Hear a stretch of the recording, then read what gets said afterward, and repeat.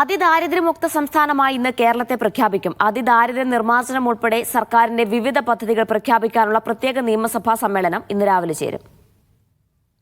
കേരളത്തെ അതിദാരിദ്ര്യമുക്ത സംസ്ഥാനമായി പ്രഖ്യാപിക്കുന്ന ഔദ്യോഗിക ചടങ്ങ് വൈകിട്ട് 3:30-ക്കാണ് നടക്കുക.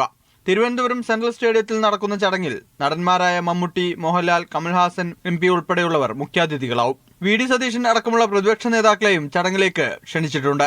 രാവിലെ നടക്കുന്ന മന്ത്രിസഭാ യോഗത്തിനു ശേഷം മുഖ്യമന്ത്രി പ്രഖ്യാപിച്ച ക്ഷേമ പദ്ധതികൾ നിയമസഭയിൽ അവതരിപ്പിക്കും. തദ്ദേശ നിയമസഭാ തെരഞ്ഞെടുപ്പുകൾ അടുത്തിരിക്കെയാണ് സർക്കാരിന്റെ പുതിയ പദ്ധതികൾ നിയമസഭയിൽ അവതരിപ്പിക്കാൻ പോകുന്നത്.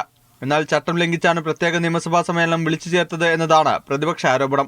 തദ്ദേശ നിയമസഭാ തെരഞ്ഞെടുപ്പുകൾ മുന്നിൽ കണ്ട് ജനങ്ങളുടെ കണ്ണിൽ പൊടിയിടാനാണ് പുതിയ പ്രഖ്യാപനങ്ങളെന്നും പ്രതിപക്ഷം ആരോപിക്കുന്നു. ചട്ടം ലംഘിച്ച് നിയമസഭാ സമ്മേളനം വിളിച്ചു ചേർത്തതിനെതിരെ സ്പീക്കർക്ക് UDF കത്ത് നൽകിയിട്ടുണ്ട്. നിയമസഭാ സമ്മേളനത്തിൽ എന്ത് നിലപാടെടുക്കണം എന്നതിൽ രാവിലെ ചേരുന്ന UDF നിയമസഭാ കക്ഷി യോഗം തീരുമാനമെടുക്കും. മീഡിയ 1 തിരുവനന്തപുരം.